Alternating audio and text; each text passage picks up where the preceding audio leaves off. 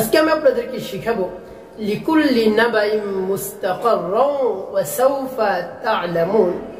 এই আয়াতটি 11 বার পাঠ করে ফু দিলে কি হয়। আমি আবার বলছি, লিকুল্লি নাবাইম মুস্তাকাররান ওয়া সাওফা তা'লামুন। আয়াতটি 11 বার পাঠ করে ফু দিলে কি হয়। খুবই দামি এবং গুরুত্বপূর্ণ আমল। এই আমলটা আপনি শিখে রাখুন, আপনার কাজে লাগবে। এই আমলটি করতে আপনার কোনো ধরনের টাকা পয়সা খরচ করতে হবে না, অল্প কিছু সময় ব্যয় করে আপনি আমলটি করতে পারবেন। প্রিয় ভাই বোনেরা, এই আমলটি কখন কিভাবে করবেন, কোন নিয়মে করবেন, আমলটি করে কিভাবে আপনি উপকৃত হবেন, আমি শুরু থেকে শেষ পর্যন্ত আপনাদেরকে বলে দিচ্ছি।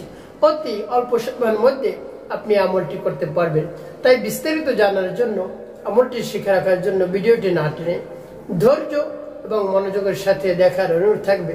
তাহলে আপনি সঠিক নিয়মে এই আমলটি করতে পারবেন। প্রিয় ভাই বোনেরা, শুরুতেই আমি বলবো আমলটি কেমন করে করবেন, তারপরে আমি বলবো আমলটি করে কিভাবে আপনি উপকৃত হবেন। তাহলে চলুন কিভাবে আমলটি করা যায় শিখে নেওয়া যাক।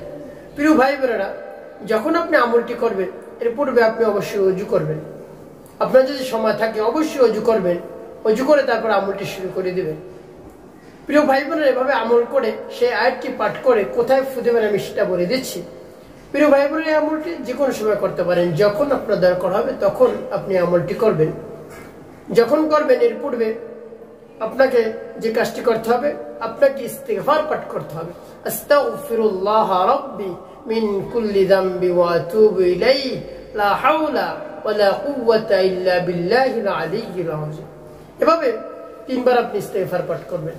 তারপরে নবী সাল্লাল্লাহু আলাইহি ওয়াসাল্লামের মুহাব্বত নিয়ে, ভালোবাসা নিয়ে 3 বার দুরূদ শরীফ পাঠ করবেন। সাল্লাল্লাহু আলাইহি ওয়াসাল্লাম, সাল্লাল্লাহু আলাইহি ওয়াসাল্লাম, সাল্লাল্লাহু আলাইহি ওয়াসাল্লাম। এভাবে যখন ইস্তিগফার দুরূদ শরীফ পাঠ করা হয়ে যাবে, কোথাও ফু দিবেন। তারপরে আমার দেখানো নিয়ম অনুযায়ী সেই আয়াতটি পাঠ করবেন। যখন পাঠ করবেন মনে মনে ভাববেন, চিন্তা করবেন, স্মরণ করবেন এবং মনে মনে মহান রব্বুল আলামিনের কাছে বলবেন কোন সমস্যার জন্য আপনি আমলটি করতেছেন। সেই সমস্যার সমাধানের জন্য মহান রব্বুল আলামিনের কাছে বলবেন, হে আল্লাহ আমার সমস্যার সমাধান করে দিন। তারপরে মহান রব্বুল আলামিনের কাছে বলবেন, হে আল্লাহ আমার আমলকে কবুল করুন, আমার সময়কে কবুল করুন। এভাবে আপনার মনকে স্থির করে তারপরে সেই আয়াতটি পাঠ করবেন। আর সেই আয়াতটি পাঠ করতে আপনার বেশি সময় লাগবে না, অতি সহজেই সেই আয়াতটি আপনি পাঠ করতে পারবেন। আমি আপনাদেরকে সহি শুদ্ধ করে বলে দিচ্ছি, যেমন বিসমিল্লাহির রহমানির রহিম। লিকুল্লি নাবাইন মুস্তাকাররান ওয়া সাওফা তা'লামুন। লিকুল্লি নাবাইন মুস্তাকাররান ওয়া সাওফা তা'লামুন। লিকুল্লি নাবাইন মুস্তাকাররান ওয়া সাওফা তা'লামুন। এভাবে যখন পাঠ করা হয়ে যাবে তারপর একটি ফু দেবেন। তারপরে আপনি আবারও পাঠ করবেন, বিসমিল্লাহির রহমানির রহিম। লিকুল্লি নাবাইন মুস্তাকাররান ওয়া সাওফা তা'লামুন। লিকুল্লি নাবাইন মুস্তাকাররান ওয়া সাওফা তা'লামুন। লিকুল্লি নাবাইন মুস্তাকাররান ওয়া সাওফা তা'লামুন।